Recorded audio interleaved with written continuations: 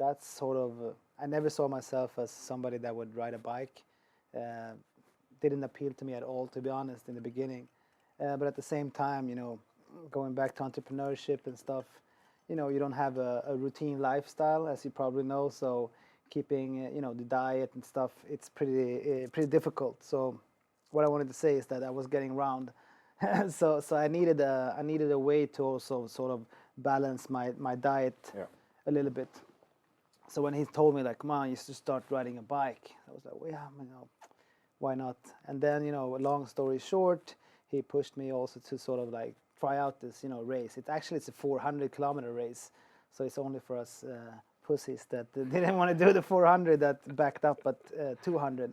But to be honest, and again, 200 is crazy. It is crazy. But again, coming back to what you said in the beginning about, having a mentality, how you create your own barriers for yourself, and you don't have the ability to sort of picture out the big picture for yourself. Like, am I able to do this? Asking me, 9 months ago if I was able to do 200 kilometers, I would say, are you crazy? I can barely do 20.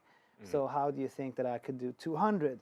So, but that's also, it's fascinating to see also how, the physics with your body goes hand in hand with the mind. And of course, this we have been told many times, but it's actually so nice to be like reminded of these things, because at some stage, if you don't do this, it just becomes a word. It just becomes a thing that you're saying to yourself. But at the same time, this is now, I'm seeing how, and I'm feeling how my body is actually able to cope with things that I didn't believe was possible just months ago. So going back to the 200-kilometer race, it sounds almost like arrogant if I say like it was easier than I thought. But the reality is that it was easier than I thought. How long was the ride? It was 7 hours, more or less. 7 hours. Wow. Yeah. So when did you start? 7:30 in the morning. So yeah, it was a fantastic feeling. It continues to be a fantastic feeling to see how your body just keeps getting stronger. And it helps in all types of things. Like I said, it reminds you, like, wow, Folke, who thought that you were able to do this? But it's a fascinating thing for sure. Right. So when did Quincy ask you to ride? How long time ago was that? I think it was like a year ago. He pushed me to buy that bike, and of course, as you're always reluctant to do new things, especially the things that it's going to take a lot of effort for you.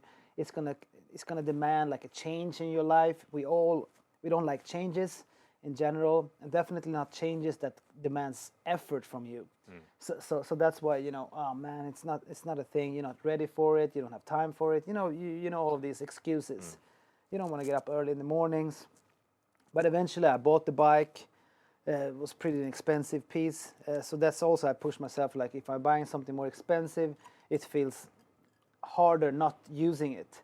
But still, it was standing there collecting dust the first 3-4 months anyway. But then eventually I got to sort of like give it a chance, and then bit by bit I worked up to become, it sounds corny, but to the person I am today in terms of biking. Who knows how long I'm going to do it, but for now it feels great, to be honest. Yeah, and that's amazing. 200. I was thinking to go into that. Yeah. I just back then when Jerome and everyone started, they're like, I just didn't have the money for the bike, and then I took that as an excuse. I was like, oh no, this is not for me. I can't do it, and I never went into that.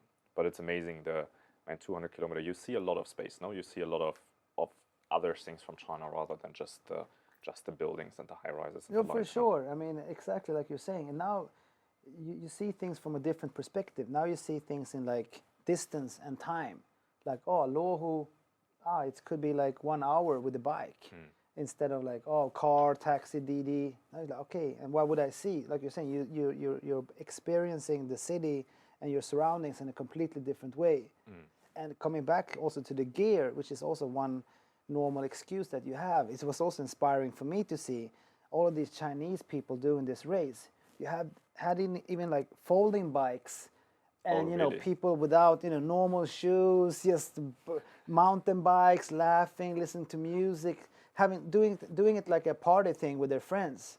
Wow. That was also like, wow, man, they don't take it so serious. And you come with we were like gear fully on, yeah. preparing, and I was like, man, again, reminding you, like, don't take everything too serious. Just try it out. you don't make it, you don't make it. People are too hung up about this failure stuff. I'm failing. No. I mean, I don't think in their mentality there's no such thing as failing. And I was also saying the same thing. You know, if I just make it happen, if I just make it to the goal line, I'm super happy. Yeah. But it's it was really cool to see for sure.